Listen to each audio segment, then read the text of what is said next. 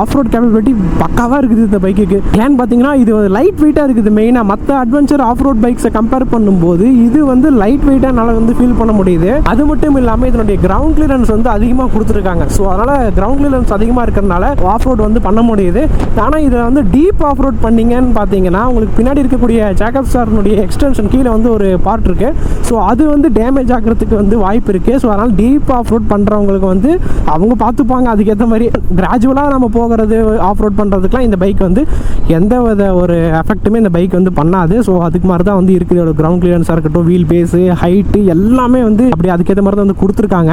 Next வந்து பார்த்தீங்கன்னா முன்னாடி இருந்த எக்ஸ்பல்ஸுக்கும் இதுக்கும் என்ன டிஃப்ரென்ஸ் வந்து மேஜராக பண்ணியிருக்காங்கன்னு பார்த்தீங்கன்னா நிறைய விஷயம் இருக்குது. அதில் நான் ஒன்றுனா வந்து இப்போ உங்ககிட்ட சொல்கிறேன். டிஸ்பிளேன்னு எடுத்துக்கிட்டோம்னா நமக்கு வந்து இதில் டிஎஃப்டி டிஸ்பிளே வந்து கொடுத்துருக்காங்க. முன்னாடி இருக்கிறது பார்த்தீங்கன்னா ஒரு நார்மல் டிஜிட்டல் டிஸ்பிளே தான் வந்து கொடுத்துருப்பாங்க. இதில் டிஎஃப்டி கொடுத்துருக்கனால ஒரு கலர்ஃபுல் ஃபீலிங் வந்து நமக்கு வந்து கொடுக்குது. அது மட்டும் இல்லாமல் வந்து மோட்ஸ் வந்து ஆட் பண்ணியிருக்காங்க.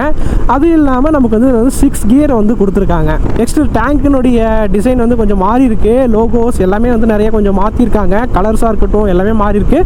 அதில் வந்து மெயினாக சொல்ல போனால் இது வந்து ஒரு ஷார்ப் எட்ஜ் வந்து ஃபீல் பண்ண முடியுது இந்த பைக்கில் வந்து டேங்கை. அது பார்க்குறதுக்கு வந்து சூப்பராக இருக்குது. நல்லா டிசைன் வந்து அட்ராக்டிவாக வந்து கொடுத்துருக்காங்க ஹீரோ சைட்லேருந்து.